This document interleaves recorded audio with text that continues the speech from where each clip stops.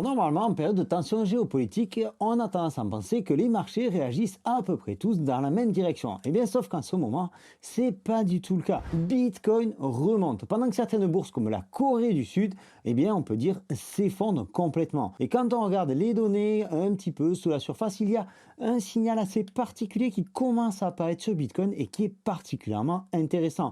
Un signal que beaucoup d'investisseurs suivent habituellement de très près parce qu'il pourrait changer la lecture du marché dans les semaines à venir.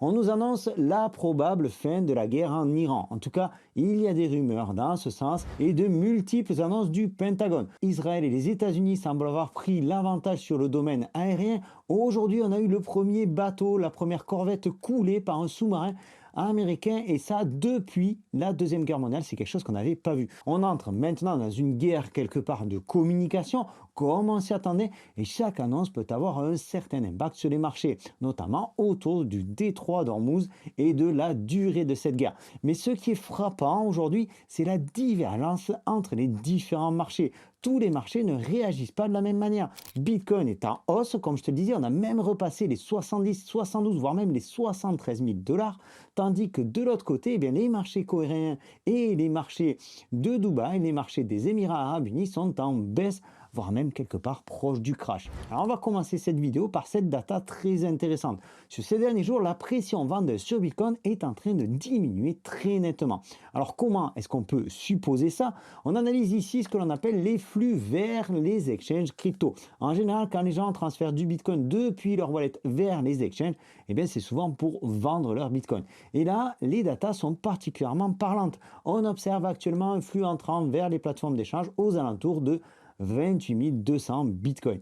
On considère qu'en dessous de 40 000 bitcoins, eh bien c'est généralement baisse, il n'y a pas de pression de vente ou très peu. On est souvent proche à ce moment-là des zones de plancher. Ce qu'on peut noter dans ces cas-là, c'est un essoufflement de la pression vendeuse. Tandis qu'au-delà de 90 000 bitcoins par jour, eh bien on considère la pression de vente particulièrement élevée. On retrouve ces datas-là souvent quand on est proche d'un sommet ou dans une phase de distribution, c'est-à-dire lors d'un crash particulièrement puissant. Donc 28 200 bitcoins, c'est pas juste bas, c'est même très bas dans cette grille. Alors à ce moment-là, certains vont se dire que le bottom est confirmé, qu'on est proche du point bas et en plus Bitcoin a depuis quelques jours repris quelques pourcents. Aujourd'hui, Bitcoin a particulièrement bien performé. Et alors c'est pas tout à fait ça. Ce que veut dire ce graphique, c'est que les vendeurs sont moins agressifs sur le marché spot. Il y a moins de Bitcoin qui se déversent sur les carnets. Donc quelque part le marché n'a pas besoin d'énormément de force pour et si on retrouve un minimum de demande, eh bien c'est ce qui se passe actuellement, eh bien, le marché remonte. Et ça, c'est une énorme nuance qu'il faut absolument bien comprendre.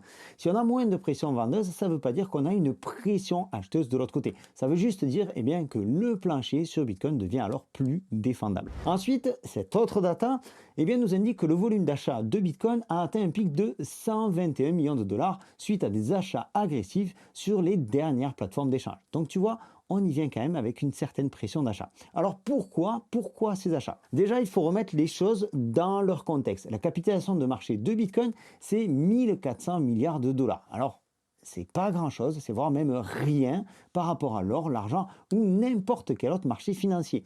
Donc, au final, il suffit de, comme je te le disais, pas grand chose pour faire bouger Bitcoin. Et toi, peut-être que 121 millions, ça te paraît beaucoup, mais c'est vraiment pas grand chose sur un marché financier. Alors en quelques jours, l'indice coréen s'est effondré de plus de 20%, avec notamment Samsung qui a perdu 22%. Et au moment où tout le monde est focus sur le Moyen-Orient, sur l'Iran, il faut savoir que de l'autre côté, la Corée du Sud importe environ 97% de son énergie fossile et environ 27% de son électricité provient-elle du gaz naturel liquéfié. Et donc ça, eh bien, c'est critique pour le secteur des semi-conducteurs, pour le secteur des puces électroniques.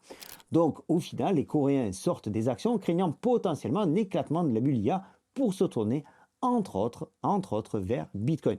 Parce que si la guerre se poursuit, eh bien ça signifie une augmentation des coûts sur l'IA et sur la tech, donc moins de marge, eh bien donc les investisseurs sécurisent et vont chercher leur bonheur ailleurs.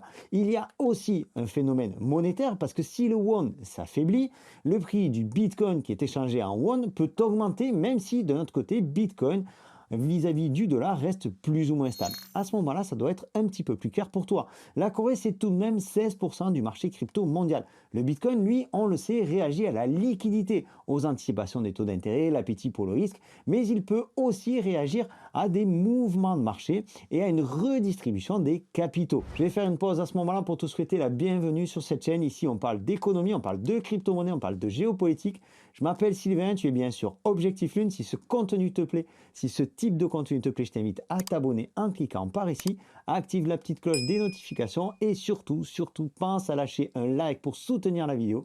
Ça nous aide énormément et je t'en remercie. Je reprends plus globalement, on peut penser qu'après le rallye haussier qu'on a connu sur les marchés financiers en général, sur l'or et l'argent, eh certains investisseurs se réorientent maintenant sur Bitcoin.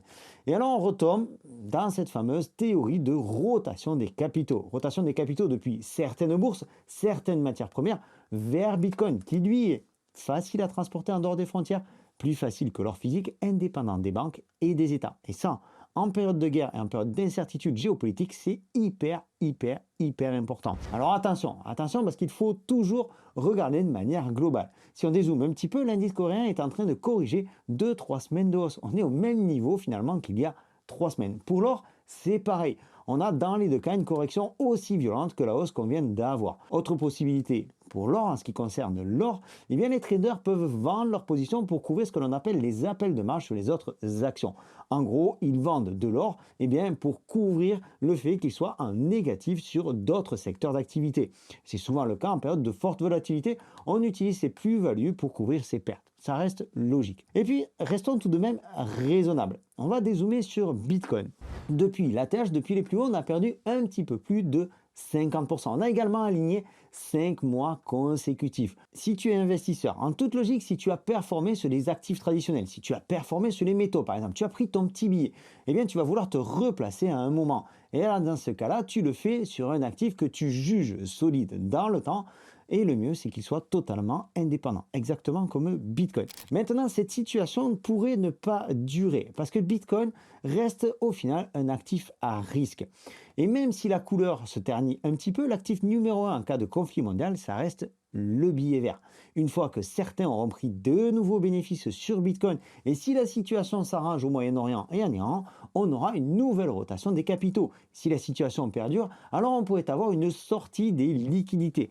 Dans les deux cas, eh bien, je pense que le rebond que l'on vit actuellement sur Bitcoin n'ira pas énormément plus haut. Pour parler graphiquement, pour parler techniquement, pour mettre des chiffres là-dessus, je dirais qu'au-delà des 80 000 $, on ira vraisemblablement pas beaucoup plus haut.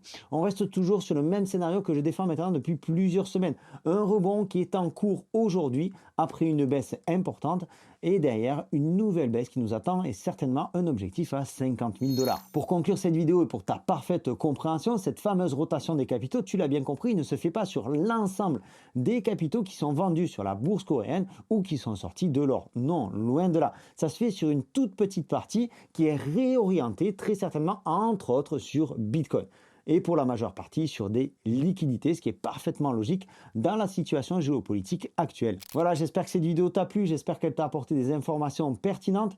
Si c'est le cas, eh bien, je t'invite à la liker, abonne-toi pour nous rejoindre en cliquant par ici, active la petite cloche, on se donne rendez-vous dans une prochaine vidéo. D'ici là, prends soin de toi et tes cryptos. Ciao!